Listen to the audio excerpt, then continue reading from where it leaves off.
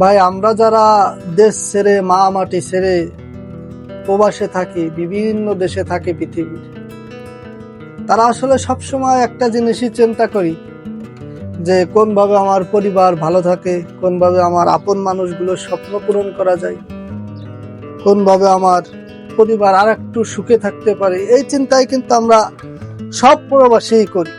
আর এই চিন্তা করতে করতেই আমাদের কখন যে জীবন থেকে 10 বছর, 15 বছর, 20 বছর কেটে যায় আমরা নিজেরাও জানি না।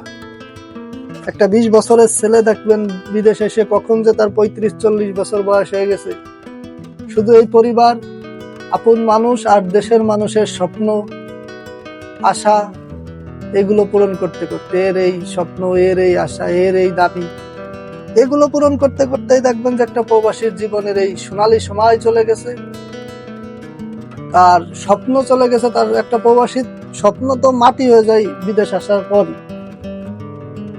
এই কথাগুলো ভাই কেন বলতেছি, অনেকে দেখবেন যে বাড়ি যাইতে চায়, যে প্রবাস থেকে বাড়ি যাবে, কিন্তু যখন তার পরিবার বা আপন মানুষের কাছে এই অনুমতিটা চাবে যে আমি তো বাড়ি আসতে চাচ্ছি, তোমরা কি করো, দেখবেন যে তখন কিন্তু ভাই আপনার আপন মানুষ কোনোদিনও রাজি হবে না।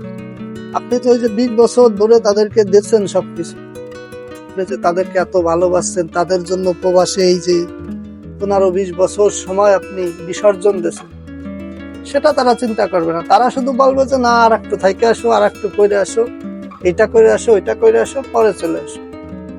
কিন্তু আপনি যদি পরিবারের কাছ থেকে অনুমতি নিয়ে দেশে যাইতে চান, তাহলে আপনি সেই অর্থে তাদের অনুমতি পাবেন না।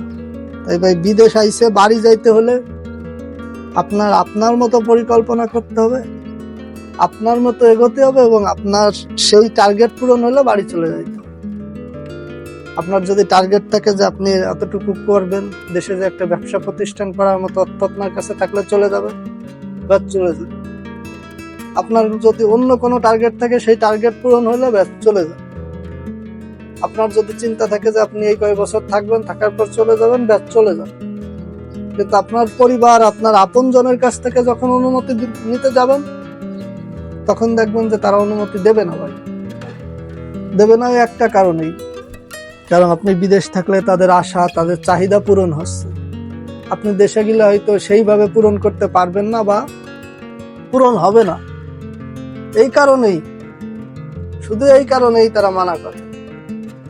তাই ভাই, বিদেশ থেকে বাড়ি যাওয়া সম্পূর্ণ আপনার উপর নির্ভর করে।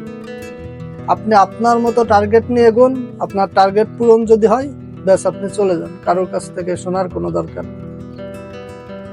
তাই যদি না হয় ভাই, আপনি কোনোদিনও এই দেশ, এই বিদেশ, এই পরের দেশ ত্যাগ করতে পারবেন না, নিজের দেশে যাইতে পারবেন।